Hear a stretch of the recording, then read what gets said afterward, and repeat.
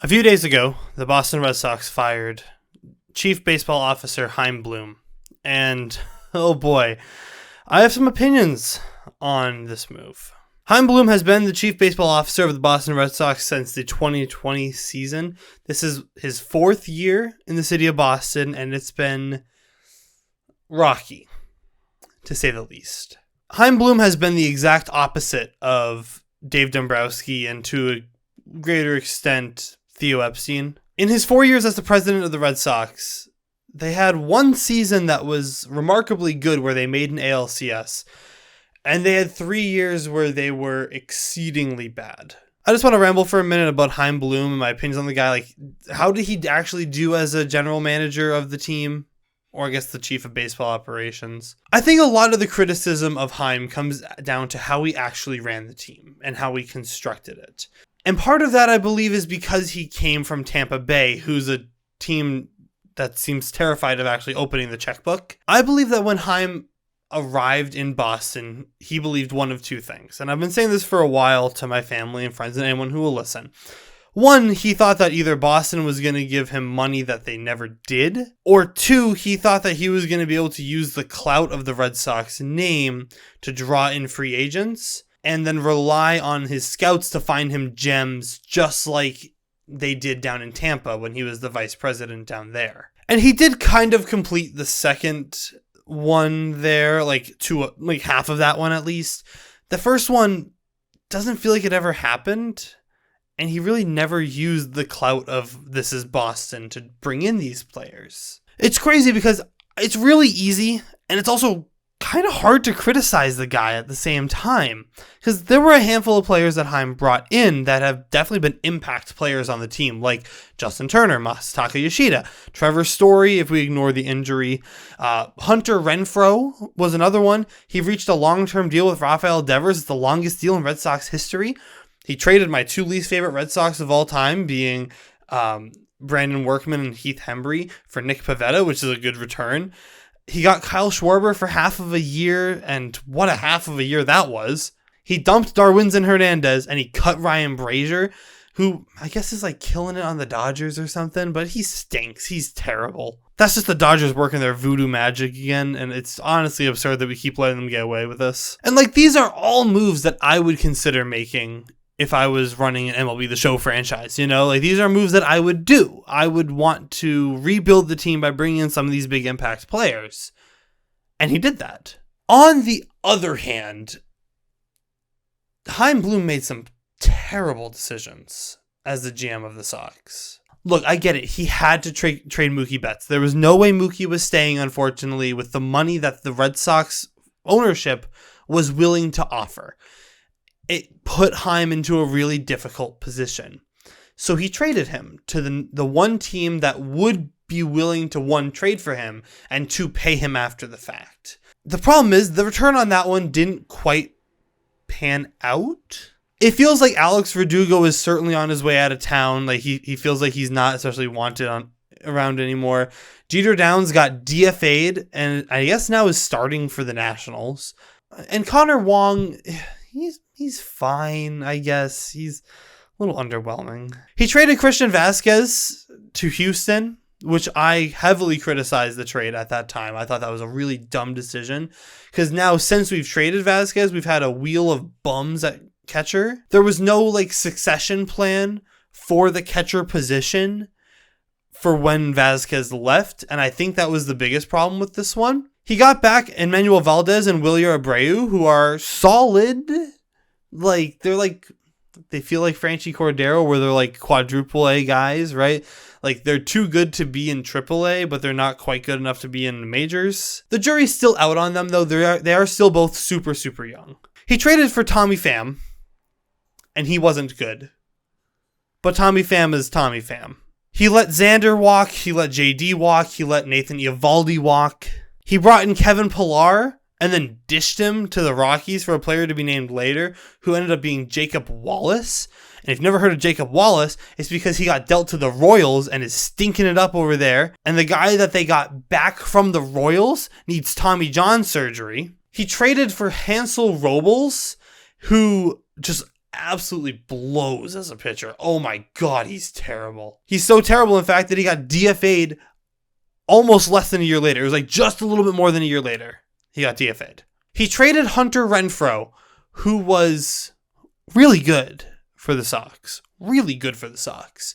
Traded him to Milwaukee for Jackie Bradley Jr., who's just the absolute worst. I don't care about defensive metrics. I do not care about them. If you're a really good fielder, great. You have to be able to hit your weight.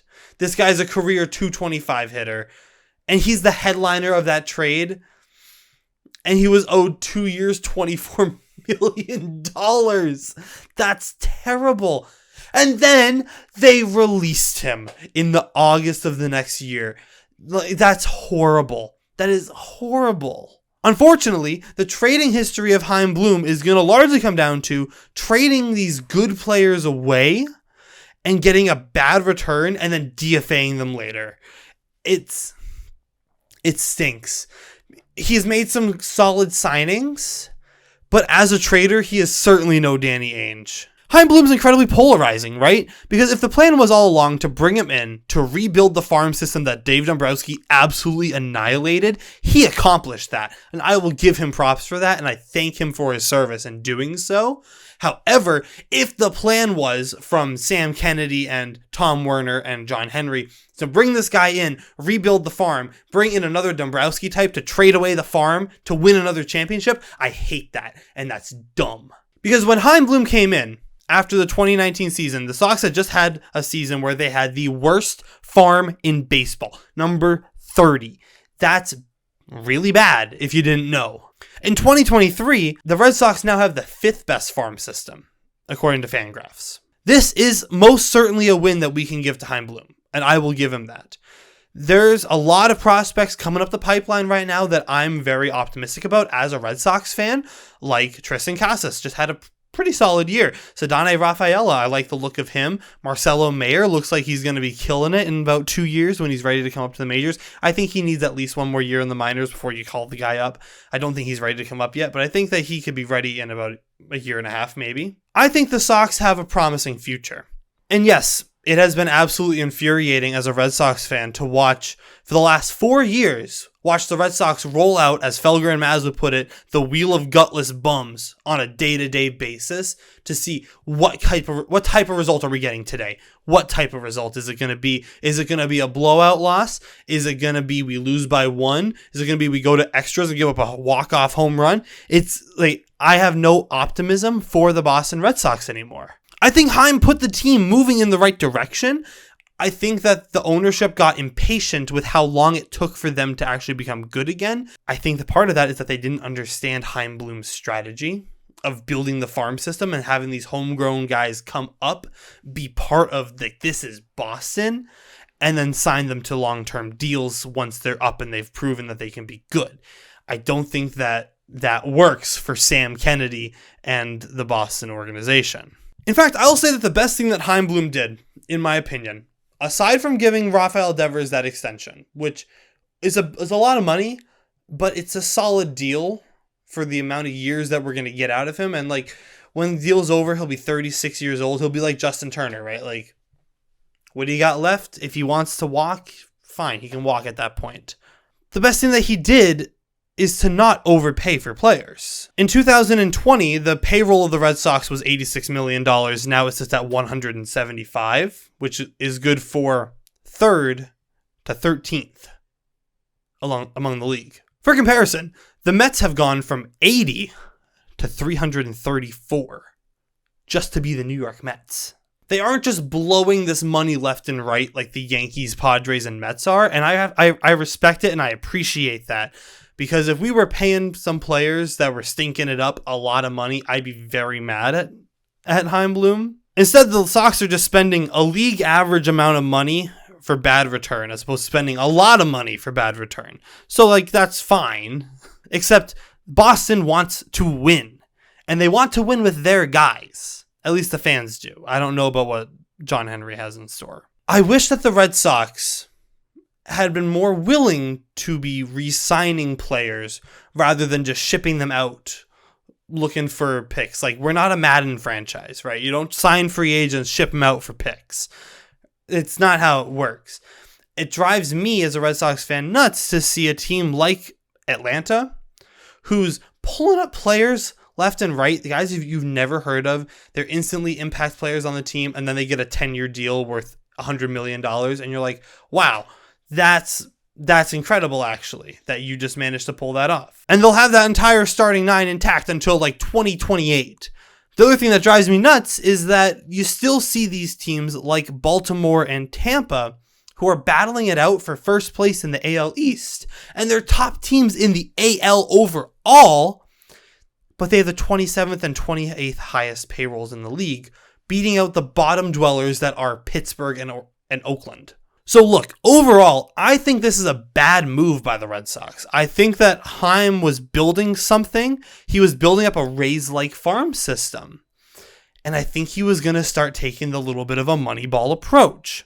The team isn't ready to go out and make moves to be competitive right now, which is unfortunate for Red Sox fans, because we've now gone 4 years of being a fifth or fourth place team with one random wild card to ALCS appearance in the middle of it. It's been a fifth, and a fifth, assuming everything holds. Unfortunately, that plan, what Chaim was planning, wasn't good enough for John Henry. But let me remind you, the reason why Xander and Mookie are no longer Red Sox isn't because of Chaim Bloom. It's because John Henry and Tom Werner didn't want to take out the checkbook, and they wanted to pay Liverpool $153 million instead to win one Premier League title since 2010. Look, I have no idea what the plan is for the Red Sox. I don't think they especially do. If it's Theo Epstein, they're going to suck. Because they're going to trade everything away, and they're going to try and win now, and they might do it once. Probably not. Who knows? Maybe they give the reins to Alex Cora and they promote Jason Varitek to be the manager. Who's to say?